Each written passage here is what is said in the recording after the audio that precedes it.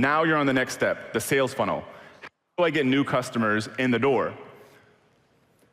This is basically what our sales funnel looks like today. It's not the prettiest page by any means. When we've taught it in our programs that we have online now, I've literally called this template the long, ugly page.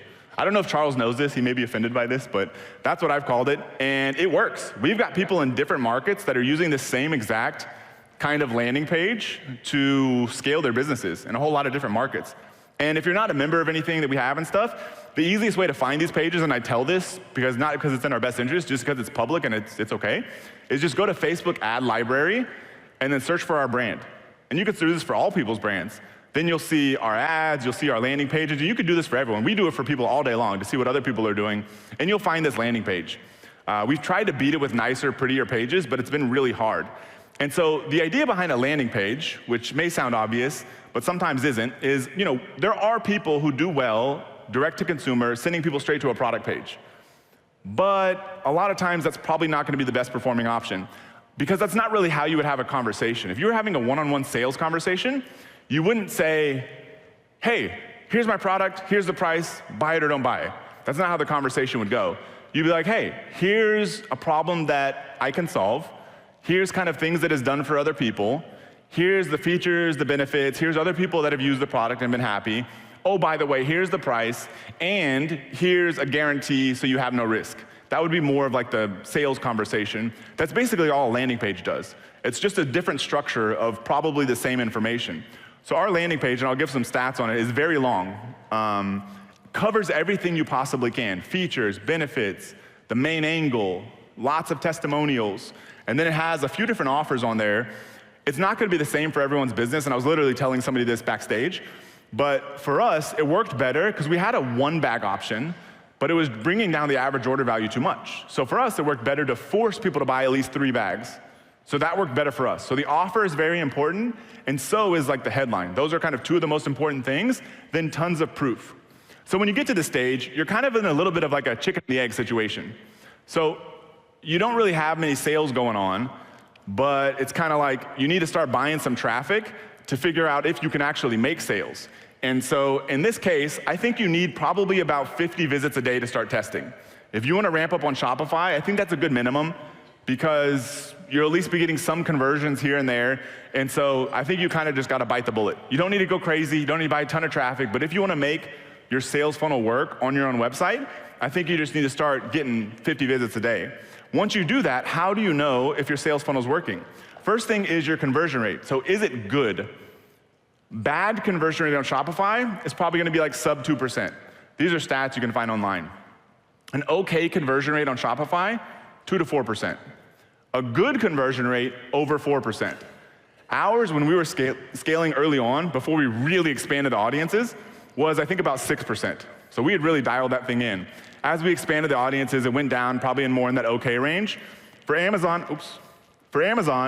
according to Mike, who's more of the expert on this now, 10 to 20% is okay. So if you're focused on Amazon, that's your benchmark over there.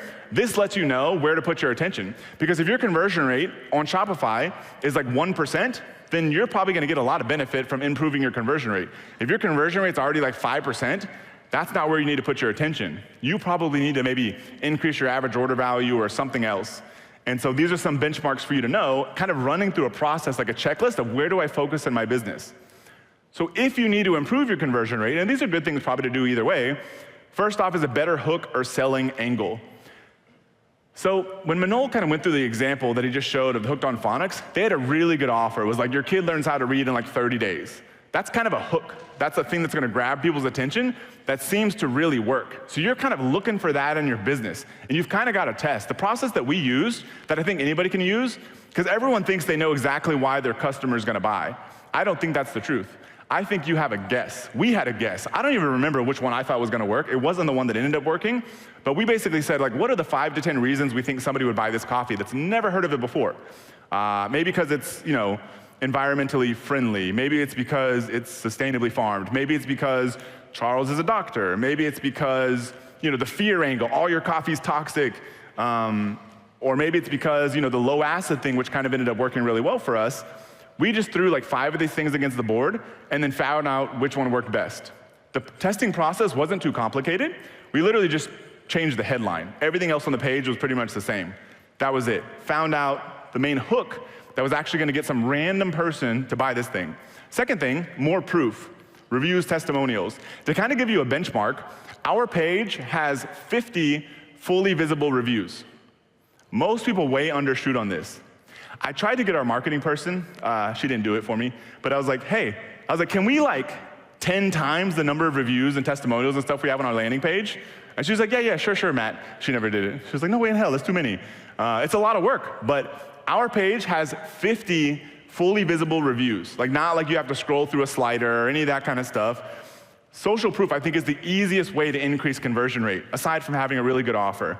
But if you just add more proof of this thing working, then your sales funnel is pretty easy. It's like, hey, here's my product, here's what it does for you, here's 1 million testimonials of people saying that it actually does what it says it does, here's a good price, and here's a guarantee if it doesn't work. Done. That's your whole sales funnel. So as much proof as you can possibly add. Video, I would mix it up too. Text, video, stars rating, number of customers who have bought. I gave somebody the advice, which is applicable to anybody selling supplements, total number of servings you've ever sold, which is gonna be a massive number. It doesn't even have to be the number of bottles, the number of customers. Any of those kind of numbers is also another element of proof. Third, longer sales copy. I took our landing page and put it in a Google Doc. It was something like 12 pages of copy. So when you think you have enough copy on your page, I would revisit that. I mean, this is like old school marketing advice.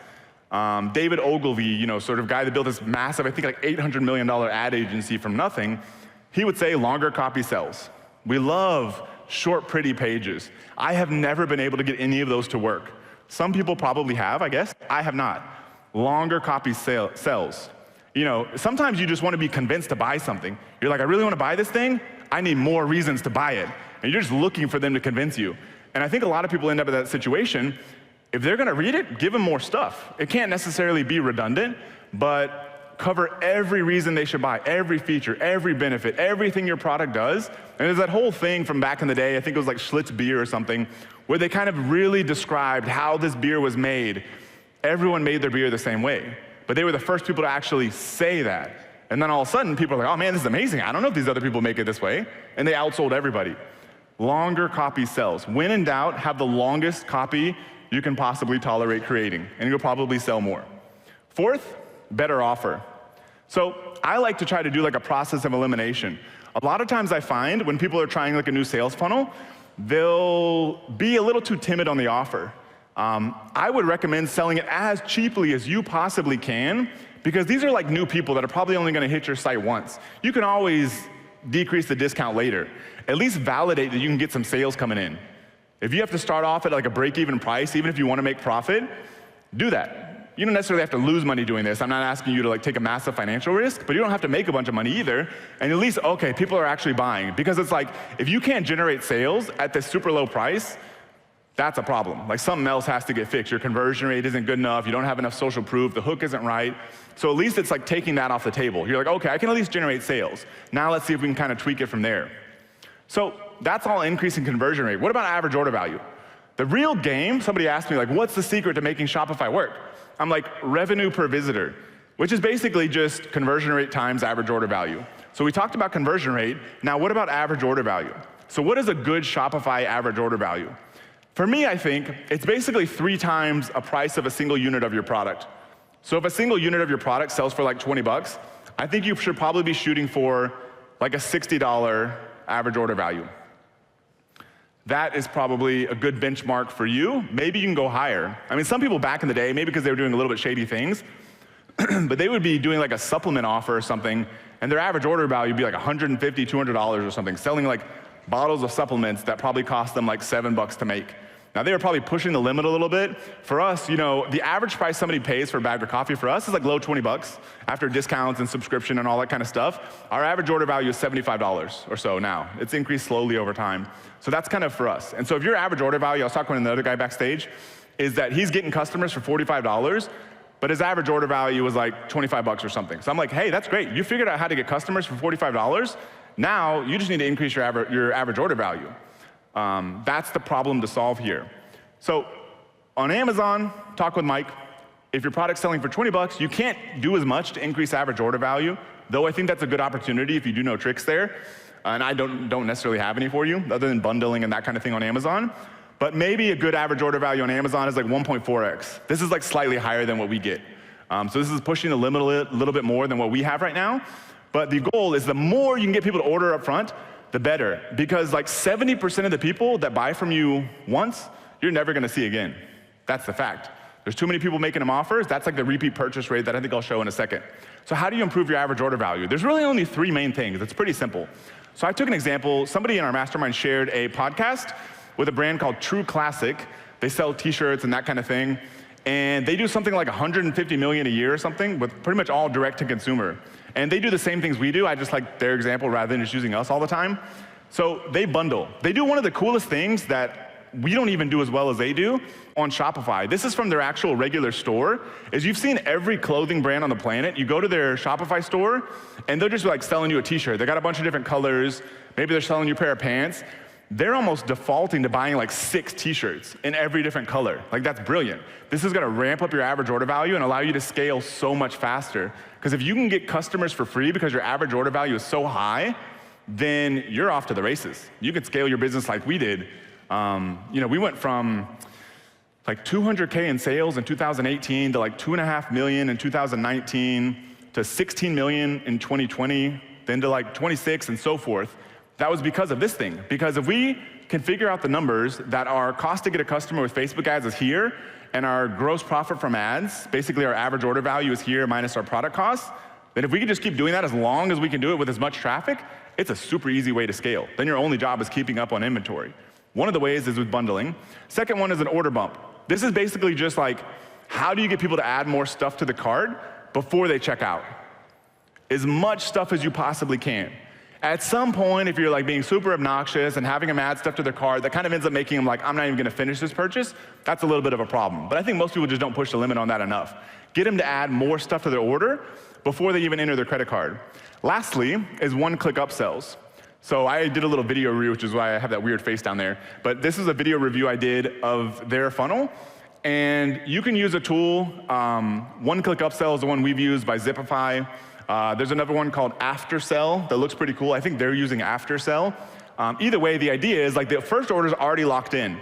They've entered their credit card information. That order's done.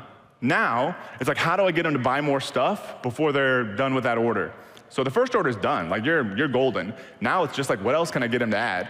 For us, and like Ezra, the creator of Zipify, who was gonna speak here, but he's having a family issue, and so too bad he couldn't make it. He's an awesome guy. But he created Zipify, and he sort of said, and this is proven out mostly correct for us, the best upsell, just more of what they're already buying.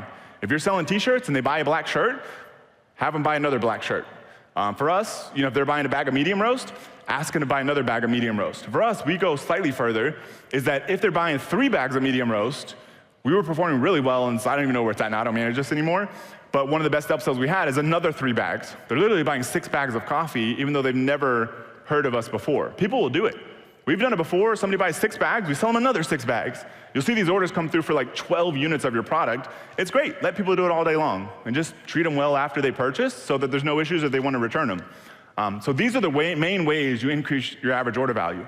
You should have each one of these in place and constantly be monitoring. Now, we don't go crazy. This isn't like a 12-hour-a-day sort of job. This is like an hour a week, because you got to set up the test if you're using Zipify and let it run for a week or 2, and that's it. It doesn't take a lot of time. I would just cover these basics and make sure you have this in there. A great way to find this stuff out, by the way, is to order products from businesses you know are doing well, True Classic, Life Boost, whoever, and just go through their funnel, see what they're doing, screenshot it, and see if you can copy that same sort of stuff.